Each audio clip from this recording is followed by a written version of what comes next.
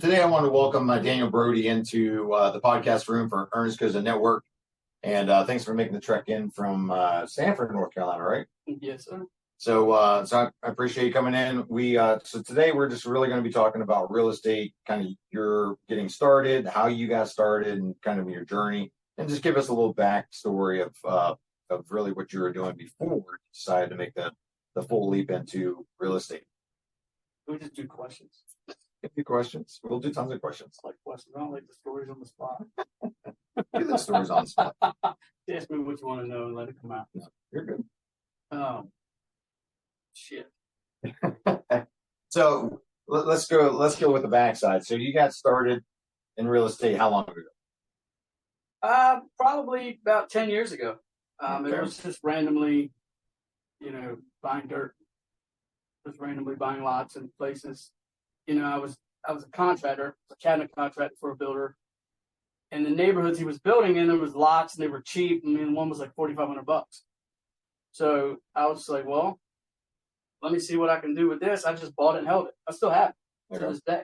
And I just went around them. My philosophy is wherever the builders were building, you go 10 miles out and buy the dirt and you hold it and wait for them to build. It'll all grow to you. Yeah. Because where they're at now, the dirt's going to be gone. Yeah. So in the future, they come back. Yeah. So I started doing that. And I was a contractor, build homes. And then I had a conversation at the breakfast table with a friend, and it just snowballed from there. But you got out of doing new build construction to get into buying rental properties. Is that correct? Yes. And the whole remodeling contractor role in general. Okay. So why was there that progression for you? Like, why did you get out of the new construction? Because from most of what I see or understand, like those that are in the rehab business tend to get into the land side and then start doing the building because it's a smoother process. The money, the profit on the backside's a lot more. So then why the transition from that to getting into rental properties for you? Well, the contracting it's just getting annoying. It's just the people process. There's no 9 to 5, if you will, anymore. Your phone is on you all the time, and with the customer, they expect you to answer whether it's 7 o'clock in the morning or 10 o'clock at night. Doesn't matter your preferences. The home building part was a huge failure, and that's why it ceases to exist. The home building part, we went in as the third party with no control. Okay, so we were building on other people's behalf, and we weren't in control of the money.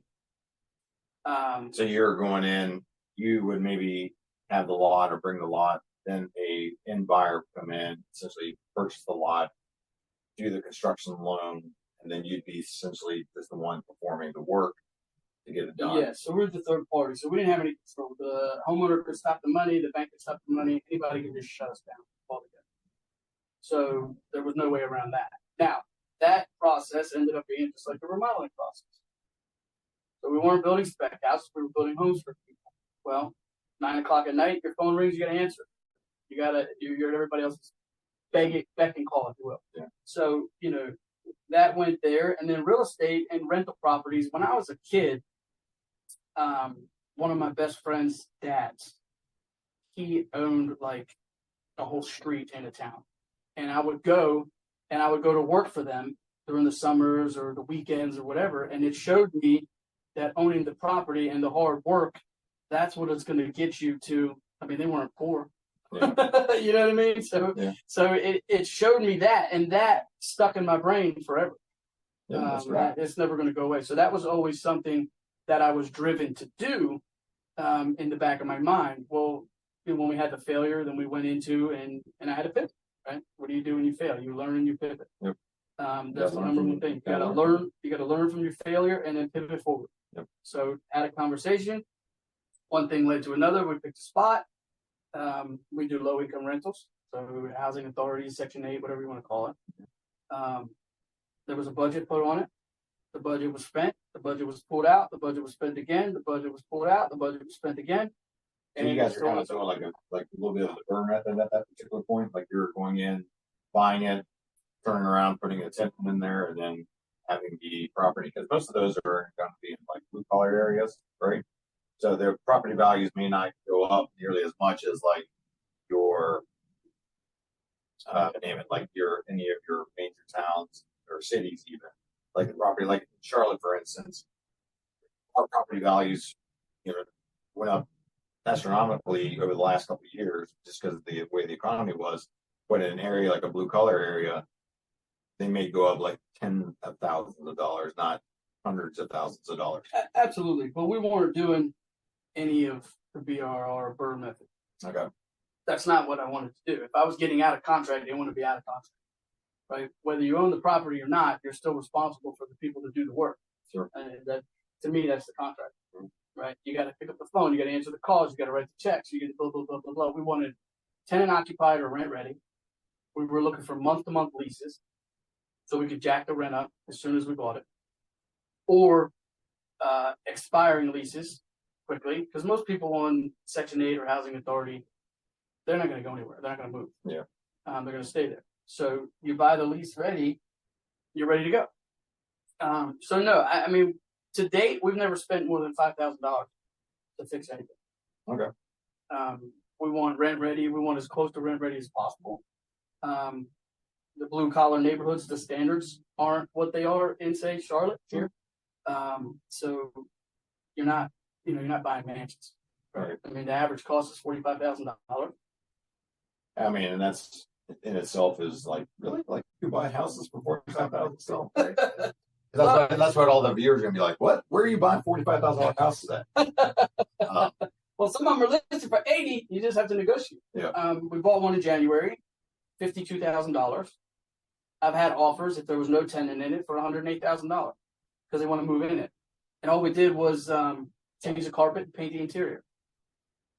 So yeah, literally like $4,000 or $5,000 with stuff. Yeah. So like you were talking earlier, the appreciation of the properties in the blue collar areas aren't like, we go down to Texas, all the prices are dropping of the listings on the market. It's because they've got them inflated too high right now. In Ohio where I'm buying, I can't buy anything the way I've been buying everything because the prices have gone up. It's because more people are. Yeah. So the $70,000 houses where I would just lowball offer to 35 or 40,000 are now listed for 100,000. So now they're out of the realm. They're out of the budget, right? So they're catching on. They're catching on. So they're out of the realm of buying. Like Daniel's in here, he's buying. He's gonna go up. So that's just the way the cookie crumbles. Yeah. So now So having that table conversation with the napkin plan, you guys got started. That's about how long ago now? About 18 months, a little more, okay. A little less. So in the 18 months, you went from 0 doors to where we at now? I think we're at 24 in Ohio. Okay. 24 doors in Ohio. Which $1.4 million in value. Okay. Because you're also you had mentioned Houston just a minute ago in your conversation. So you just started going into the Houston area? Yeah. Is it only Houston right now, or because I'm obviously Texas is fairly large? Right now we're doing. Good. Need it. Right now we're in. Okay.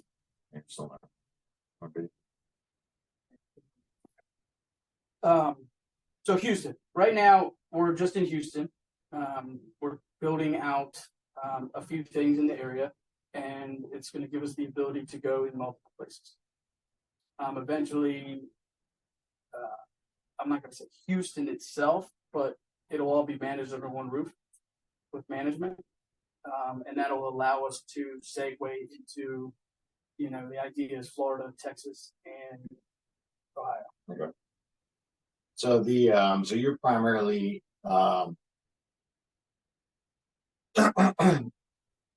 yes. Excuse me. I guess the question would be is like, why are you picking the locations that you're picking, the states that you're picking? What's your primary reasons behind? Well, when we went to Ohio, the first thought was Cleveland, but then I had to do the BRR method. I had to manage construction from afar. That's not something I wanted to do. So we went outside of Cleveland. It wasn't much more money. And I could still spread the budget over multiple locations, right? If I bought here in North Carolina, spend $200,000, I get one house, maybe one house, and I get $1,200 to $1,500 a month in rent. If I went to Ohio, I spend $45,000 a door, and I get $900 a month. Yeah, it's just spreading it thin to win. So spread it thin, and then I got the cash back, and so on and so forth. Texas is the partnership is there. So there's boots on the ground. So you already have kind of the working side of that area in place, much like Ohio.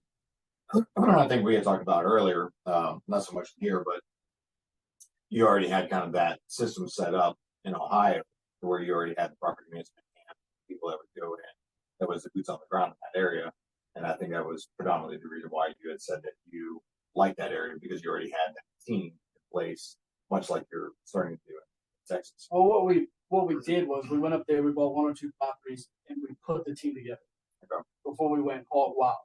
Because we knew that if we go up there and we don't have everybody in place, it's just going to tank. It's not going to work. We're going to be calling random contractors, or some people will tell you, using thumb tack to find contractors. Don't know if they're working, don't know if they're not. Then I'm spending more.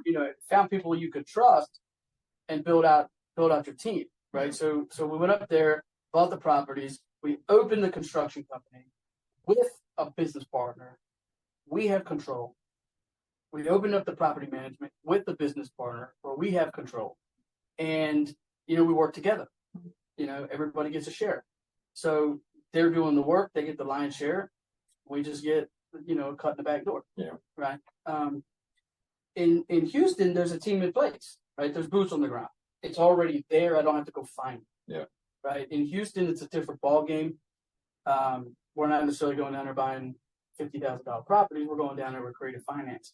We're going down there with seller financing, subject to the 2 properties we just bought last month were subject to. Okay.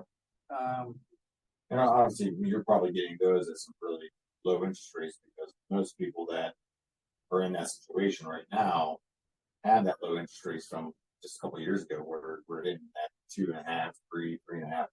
Exactly. The one case study we just closed, it was finalized Monday. It was a $12,000 entry. It's got a 280 ARV, $280,000 after repair value. Yep. It's been fully remodeled, so there's no work to be done. The interest rate is 2.625%. It's a 15-year mortgage.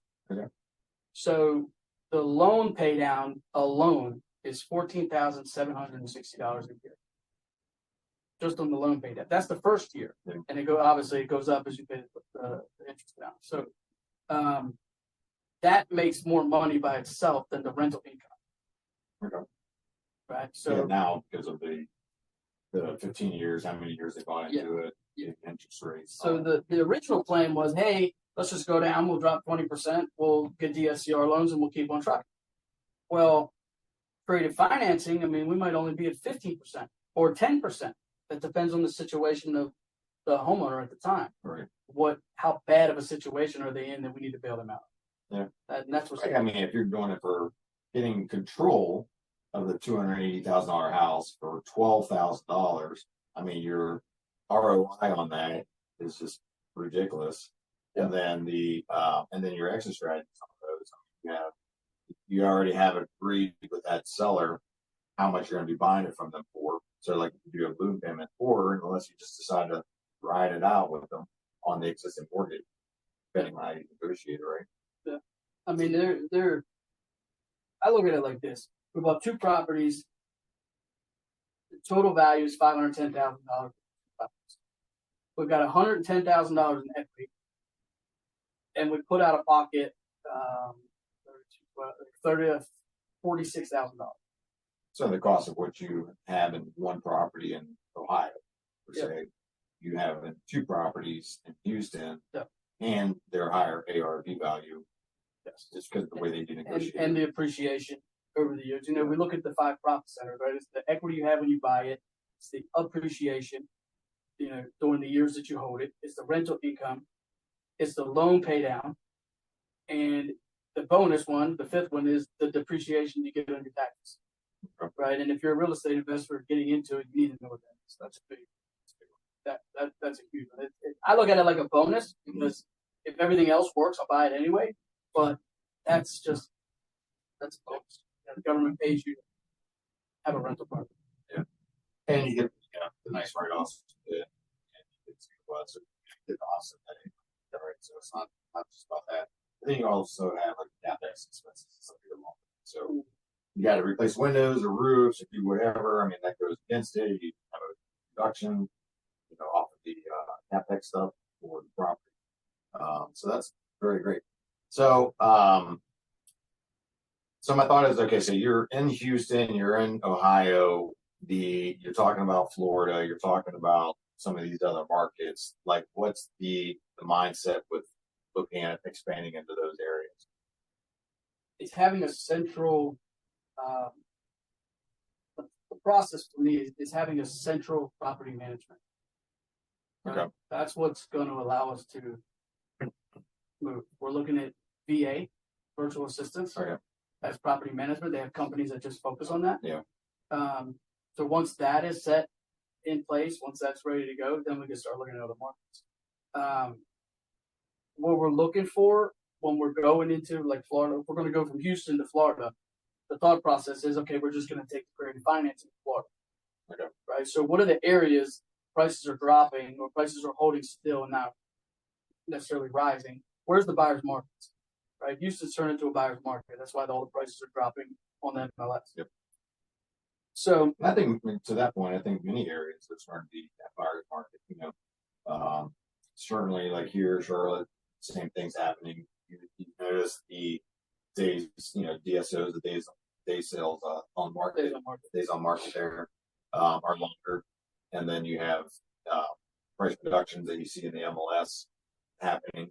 They'll drop $4,000 or $5,000 just to kind of get, just back on top of the search. So yeah, you're starting to notice that stuff here locally. Yeah, as well.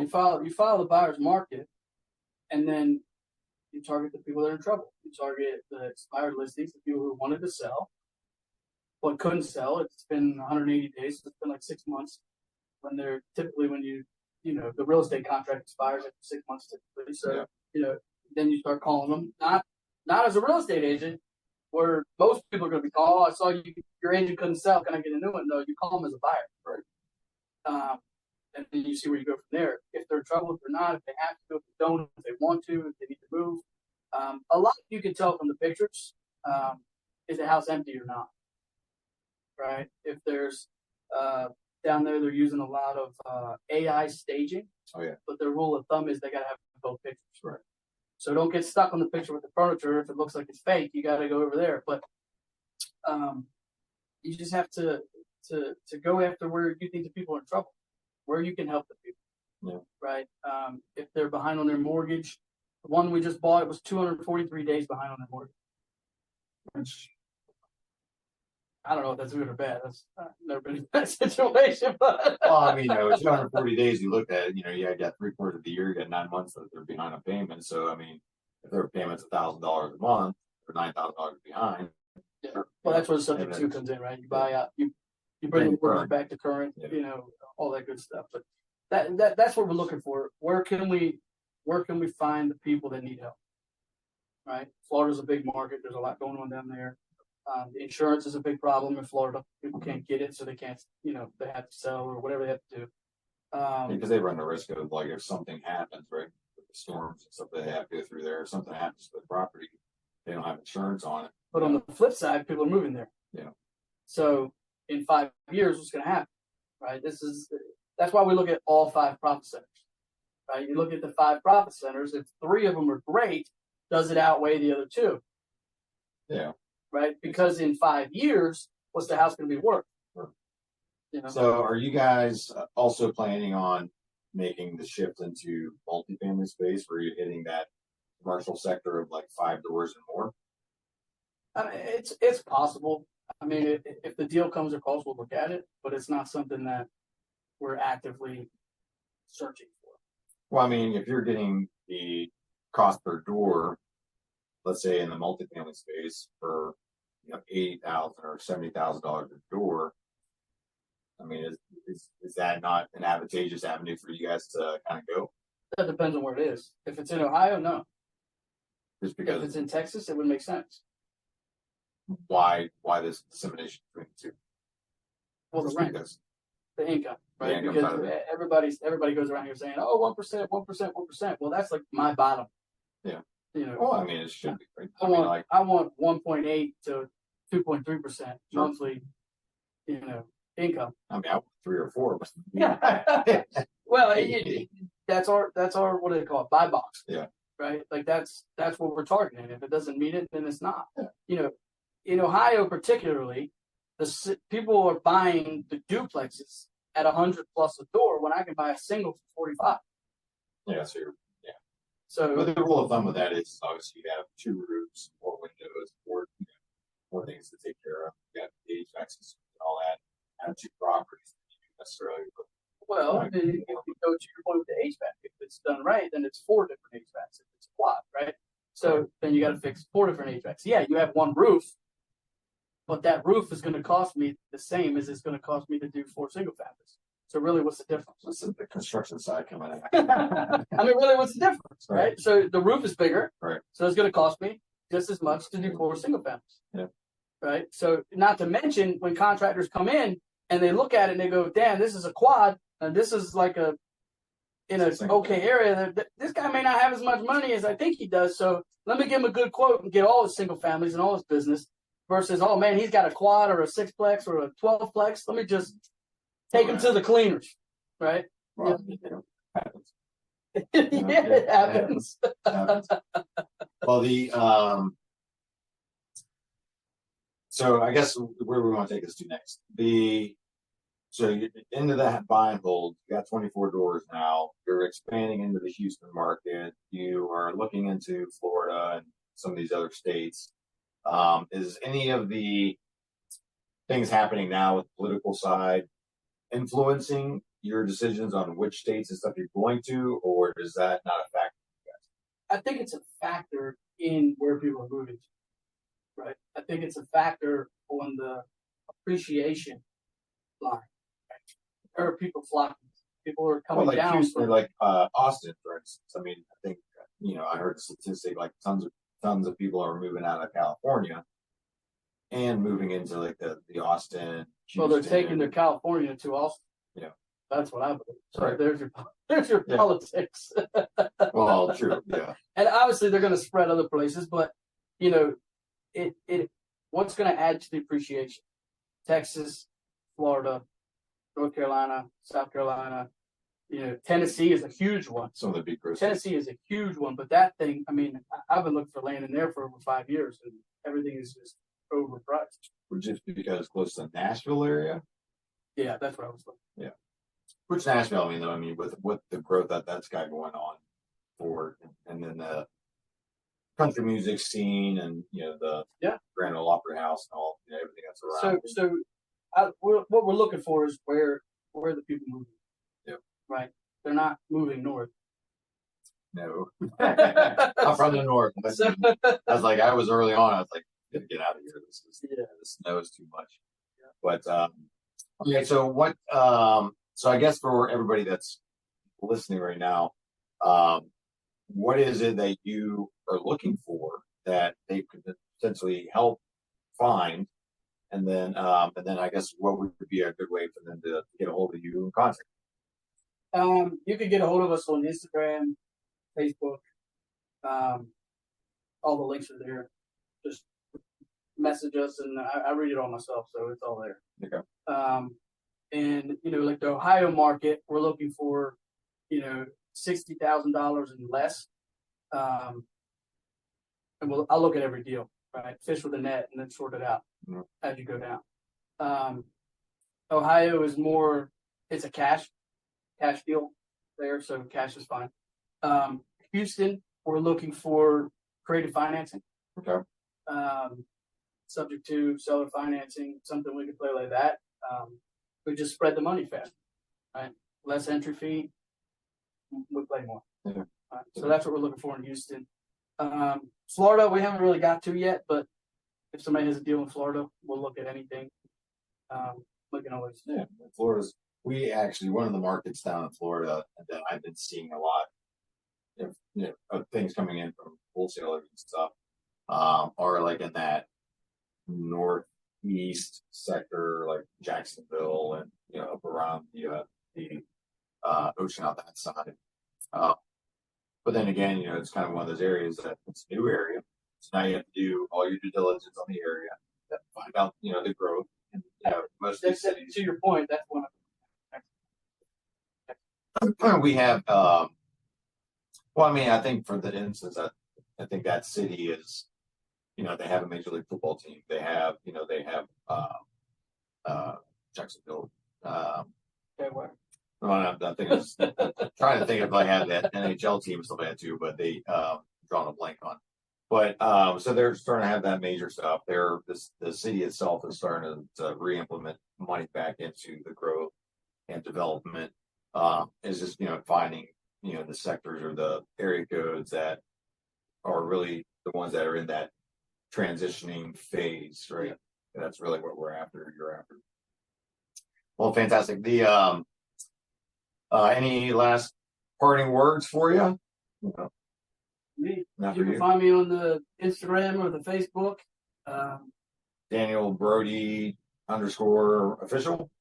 Is that right? If I remember right. Maybe, I don't know. Just look him up. You'll find it. look for the face. Look for the face. Daniel Brody official or official geek or something like that. It's on there. It's on there. No. The and then as far as if they have some deals and stuff like that for you, just go through your Instagram or Facebook to. You can go on there, you can go on there, click the link, and then submit a deal. Okay, so you have like a splash page or landing page or something. Yeah, you fill out the deal page, you hit send, and then we'll review it. Okay. We have a starting Monday, July 1st. I don't know if you can put this out by that or not. Monday, July 1st, we're doing a Power Monday. Okay. 7 p.m. Eastern time, and we're going to take all the deals that are submitted and we're going to review them live. Nice. Call. That way people can get, your 5 profit centers, what makes sense, what doesn't make sense. Is it a deal or is it not? Yeah. Yeah, and I think that's where that's great because I think that's where a lot of people dangle the carrot too. Yep. But don't ever go through with you on it. Yeah, and we're gonna use the Zoom and we're gonna do a whiteboard inside the Zoom. It's all gonna be everybody can see it, and we'll be good to go. That's gonna help people learn what to look for and what not to look for. Right. Right. What makes a good deal versus a bad. Well, that's the case studies of it all, right? So you have to get good at understanding what to look for, all the profit centers to look for, all the bells and whistles not to do it. You're trying to disqualify the place. Yeah, you're looking for what's wrong. Yeah. Look for the best, worst case scenario. Yeah. Not the best. If you look for the best, you're going to screw yourself somewhere, somehow, some way. Yeah. All the time. You have to look at what is the worst case scenario and what could go wrong. Yeah. Well, that's kind of like even to today's market, like it's transitioning into that buyer's market, right? So we were just in the seller market the end of last year, right? So we're only talking 6 months before. So analyze where you're at in that buyer's market. Are you think you're at the bottom? Then buy a whole bunch. Right. If you think you're going down, just buy on your way down and on your way up. Yeah, right? but you just have to get the mindset that you're dealing with, properties that have sold that comped higher, but now you're buying at a higher market, but the comps are going down. Mm-hmm. And so then you end up getting stuck because he's like, man, I did really good. I bought this thing great. Don't buy a rental property unless you're willing. Oh, yeah. 5 years. It needs to be 5 years. So hold. Yeah. Hold it for 5 years. If you're not willing to ride it for 5 years, don't do it. Maybe change the bucket for it if that's the case. Yeah. So, the rule of thumb we use is reevaluate every 5 years. Now, if the market goes, that's our rule of thumb, right? Mhm. But if the market does what it did at COVID and the house goes from 200,000 to 350,000, I mean, I'm not married to nothing. Sell it all. Sell it all. Sell it all and buy more. Sell it all and start fresh. Yeah. Right. I mean, but then you have a lot more. You have a lot more equity. You have a lot more cash in hand Yep. to be able to go deploy. Yep. Also.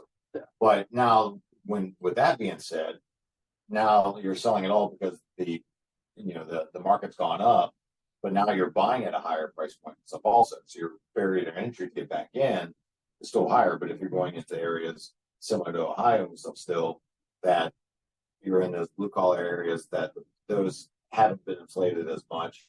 I agree with that. But when you sell, you now have the cash to wait. Yeah, but I You mean, can wait longer to buy. Yeah, but you're in real estate. You're really. I mean, that's every 30 years it quadruples. Yeah. Right. So if you buy a $200,000 house today, in 30 years it'll be worth $1 million. I don't think I'm going to be sitting in one place for 30 years.